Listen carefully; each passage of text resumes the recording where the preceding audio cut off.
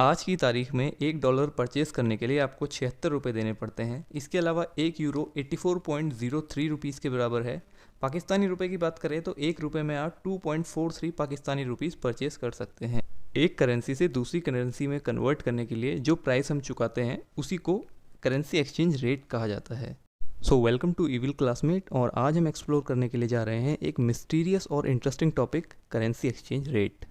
पुराने ज़माने में चीज़ों को एक्सचेंज करना, उसके बाद अपनी ज़रूरी चीज़ों जैसे कि पशुओं को करेंसी के रूप में यूज़ करना, उसके बाद कॉइन्स, उसके बाद नोट्स, उसके बाद डिजिटल करेंसी और आज क्रिप्टो करेंसी, कुछ इस तरह से पैसे का इवोल्यूशन हुआ है। समय में थोड़ा पीछे जाएं तो लगभग 600 BC से पहले के टाइम पे बिजनेसेस चीज़ों के आदान प्रदान से किए जाते थे। मान लीजिए मेरे पास फ्रूट्स हैं और मुझे चिकन खरीदना है, तो मुझे कोई ऐसा व्यक्ति ढूंढना पड़ेगा जो कि चिकन बेच रहा हो और उसे फ्रूट्स चाहिए हो। तो आप समझ सकते हैं कितनी चिकलसबाजी होती होगी पूरे मार्केट में।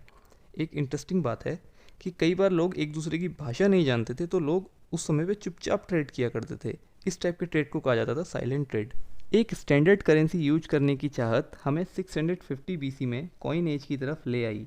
अब बिजनेस में कॉइन्स का यूज होने लगा, लेकिन समय के साथ साथ ये सिक्के सोने और चांदी से बनाए जाने लगे, क्योंकि सोने और चांदी की खुद की भी एक पर्सनल वैल्यू हुआ करती थी और इनको बनाना भी उतना आसान नहीं था। इनकी माइनिंग और मिंटिंग काफ़ी ज़्यादा मशक्क़त भरी थी। एक नोट करने वाली बात है, अबे जल्दी बोल, कल सुबह पनवेल निकल। अभी तक सबसे पुराना सिक्का जो मिला है वो लीडियन गोल्ड कॉइन है, जो कि 650 BC का है। कॉइन्स ने बिजनेस को काफ़ी ज़्यादा स्मूथ बना दिया। बहुत से देश कॉइन्स का यूज करने लगे थे। इंटरनेशनल ट्रेड्स में भी इसको काफ़ी ज़्यादा बढ़ावा मिला। लेकिन समस्या जो है वो पूरी तरह से सॉल्व नहीं हुई थी, क्योंकि जितने बड़े ट्रांजैक्शंस थे, जितने बड़े बिजनेसेस थे, उनके साथ हमेशा कॉइन्स के भारी भरकम बैग लेके जाना पड़ता था। थोड़े समय बाद चाइना ने लगभग 11th सेंचुरी में पेपर नोट्स का इंट्रोडक्शन कराया।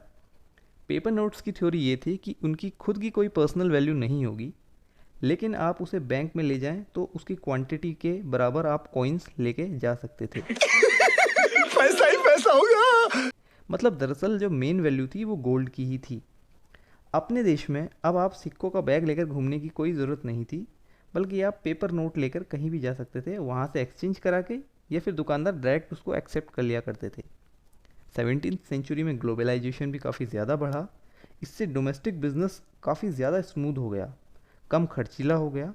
लेकिन दूसरे देशों के साथ ट्रेड करना अभी उतना ज़्यादा आसान नहीं हुआ था। वही पुरानी वाली समस्या थी। तो साला ये दुख का खत्म नहीं होता बे। इस समय पर इंटरनेशनल ट्रेड को थोड़ा आसान, थोड़ा स्मूथ बनाने के लिए करेंसी को एक्सचेंज करने की ज़रूरत को महसूस किया गया। उस समय तक सभी देशों की अर्थव्यवस्था पूरी तरह से गोल्ड पे केंद्रित हो चुकी थी। जिस देश के पास जितना ज़्यादा गोल्ड होगा वो देश उतना ज़्यादा संपत्ति वाला माना जाता था। किसी देश में गोल्ड की क्वांटिटी को ही उस देश की जीडीपी मान लिया जाता था। तो यहाँ से 1879 में बहुत से देशों ने मिलकर एक गोल्ड मॉनेटरी सिस्टम बनाया। कुछ नियम और शर्तें भी लगाई। इन लोगों ने गोल्ड की एक फिक्स क्वांटिटी पे अपनी करेंसी को सेट कर लिया। इस सिस्टम को कहा गया पैक्ड मॉनेटरी सिस्टम या फिर फिक्स्ड मॉनेटरी सिस्टम। एग्जाम्पल के तौर पे यूएस ने 1 आउंस गोल्ड की वैल्यू $20.67 रखी। इसी तरह ब्रिटेन ने 1 आउंस गोल्ड की वैल्यू 4.2474 स्टर्लिंग रखा। अगर हम इन दोनों का कंपैरिजन करें तो हमें एक स्टर्लिंग की वैल्यू $4.8465 मिलती है। इसमें कुछ शर्तों को भी जोड़ दिया गया। पहली शर्त ये लिखी गई कि करेंसी एक्सचेंज जब होगा उसके बाद नेट ट्रांसफ़र के दौरान देशों के बीच में गोल्ड का आदान प्रदान हो जाएगा, क्योंकि सभी के लिए कागज़ी वैल्यू से ज़्यादा गोल्ड की वैल्यू थी। और दूसरी शर्त ये रखी गई थी कि जितना गोल्ड रिजर्व किसी देश के पास होगा वो उतना ही करेंसी छापेगा, उससे ज़्यादा नहीं छापेगा, नहीं तो वो एक तरह से धोखा होगा, क्योंकि उससे ज़्यादा गोल्ड नहीं है तो वो करेंसी फेक मानी जाएगी। तो इस तरह से दुनिया में पहली बार करेंसी एक्सचेंज के रेट्स को तय किया गया, जो कि आखिरी बार नहीं था, आगे बहुत कुछ होने वाला था। लेकिन इससे पहले अगर आप इस चैनल पर नए हैं तो please hit the subscribe button to encourage us. तो इस तरह से करेंसी एक्सचेंज होने के बाद से बिजनेसेस में काफ़ी उछाल आया, और जो फ्लो था बिजनेसेस का फॉरेन ट्रेड का वो काफ़ी तेज़ी से आगे बढ़ा। लेकिन 1914 में वर्ल्ड वॉर 1 शुरू हो गया। कंट्रीज़ ने डर के मारे अपने गोल्ड के स्टॉक थे उनको होल्ड करना शुरू कर दिया। कंट्री के बीच में जो गोल्ड का आदान प्रदान था वो रुक गया। और तो और कंट्रीज़ ने अपने इकोनॉमी में फ़्लो बनाने के लिए जो नोट, जो करेंसीज थी वो ज़्यादा छापना शुरू कर दिया, जिसकी वजह से जो सिस्टम था ये टूट के निरस्त हो गया। इसके बाद 1929 की मंदी और वर्ल्ड वॉर 2 ने इस सिस्टम को पूरी तरह से तहस नहस कर दिया। इन सब आर्थिक नुकसानों को झेलने के बाद 1944 में एक बार दोबारा से अमेरिका के ब्रेटन वुड नाम की जगह पे एक कॉन्फ्रेंस में दोबारा से एक मॉनेटरी सिस्टम बनाने का निर्णय लिया गया। इसको कहा गया Brayton would monetary system. World war 2 के दौरान गोल्ड रिजर्व्स में आई कमी और बहुत ज़्यादा नोट छाप लेने के कारण सभी देशों की करेंसी पे भरोसा भी उठ गया था और उनकी वैल्यू बिल्कुल चौपट हो गई थी। वहीं पे अमेरिका के पास सबसे ज़्यादा गोल्ड रिजर्व थे, इसी की वजह से उसकी करेंसी की वैल्यू भी अभी तक बहुत ज़्यादा स्टेबल थी। अमेरिका ने मौके का बहुत अच्छा फ़ायदा उठाया। ब्रिटेन वुड कॉन्फ्रेंस में ये डिसाइड हुआ कि सभी करेंसीज़ को यूएसए डॉलर के साथ फिक्स कर दिया जाए, क्योंकि यूएसए डॉलर ही था जो अभी तक सबसे ज़्यादा स्टेबल था। और यूएसए डॉलर को फिक्स कर दिया जाए गोल्ड के साथ, क्योंकि यूएसए के पास ही सबसे ज़्यादा गोल्ड के रिजर्व्स थे। अमेरिका ने वादा किया कि अभी आप हमारे डॉलर से व्यापार कंटिन्यू कीजिए और ज़रूरत पड़ने पे डॉलर के बदले हमसे आप गोल्ड लेते रहिएगा। इससे डॉलर पूरी दुनिया में सर्कुलेट होने लगा और एक वर्ल्ड करेंसी के रूप में उभरा। यहाँ पर 1 आउंस गोल्ड को $35 के बराबर सेट किया गया और जो बाकी करेंसीज थी उनके रेट को पुराने गोल्डन रेट के हिसाब से यूएस डॉलर के साथ फिक्स कर दिया गया।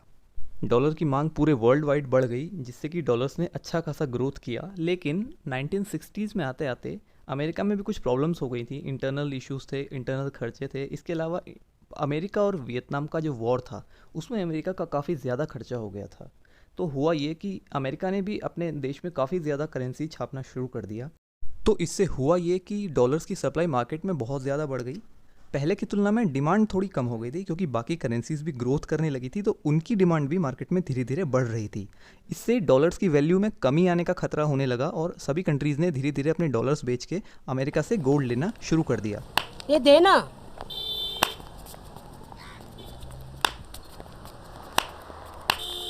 देना हमें तेरे वास्ते नाची रहे। एक टाइम ऐसा आया कि अमेरिका को लगा कि जितने डॉलर्स हमने पूरे मार्केट में सर्कुलेट करे हुए हैं, शायद हमारे पास उतना रिजर्व नहीं है गोल्ड का। तो उन्होंने 1971 में एक शॉक दिया पूरी दुनिया को और निक्सन जो उस टाइम के प्रेसिडेंट थे, उन्होंने घोषणा की कि आज के बाद से हम लोग डॉलर्स के बदले गोल्ड नहीं देंगे। To suspend temporarily the convertibility of the dollar into gold or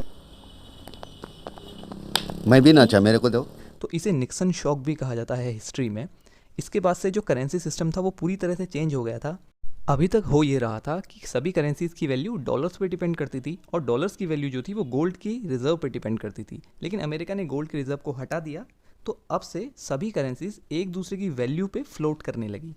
यानी कि मार्केट में जितनी ज़्यादा डिमांड होगी, जितनी ज़्यादा सप्लाई होगी, उसके इक्विलिब्रियम के हिसाब से ही डॉलर्स की और किसी भी करेंसी की वैल्यू जो है वो एक्सचेंज रेट में डिसाइड की जाएगी। तो दोस्तों, इसे ही कहा गया फ्लोटिंग एक्सचेंज रेट, और यही वो सिस्टम है जिसको आज की डेट में अधिकतर कंट्रीज़ यूज करती हैं। हाँ, एक चीज़ मैं आपको बता दूं कि कभी भी अचानक से रेट नीचे ना गिर जाएं, तो इसीलिए हर कंट्री का रिजर्व बैंक थोड़ा सा इंटरवेंशन करता है सिस्टम में, जो उसकी करेंसी की डिमांड और सप्लाई होती है उसको थोड़ा सा कंट्रोल करता है, जिससे कि वैल्यू जो है वो ज़्यादा गिरे ना। तो दोस्तों, ये है मिक्स्ड फ्लोटिंग सिस्टम, जिसे लगभग ज़्यादातर कंट्रीज़ यूज करती हैं। तो दोस्तों, आशा करता हूँ आपको ये एक्सचेंज रेट का सिस्टम समझ में आ गया होगा। ये बस वीडियो इसी संदर्भ में थी कि ये काम कैसे करता है, इसलिए मैंने ज़्यादा की ज़्यादा डिटेल इसमें डाली नहीं है, ज़्यादा टेक्निकली जाने की कोशिश नहीं की है। Thanks for your valuable time. See you in the next video. Good bye.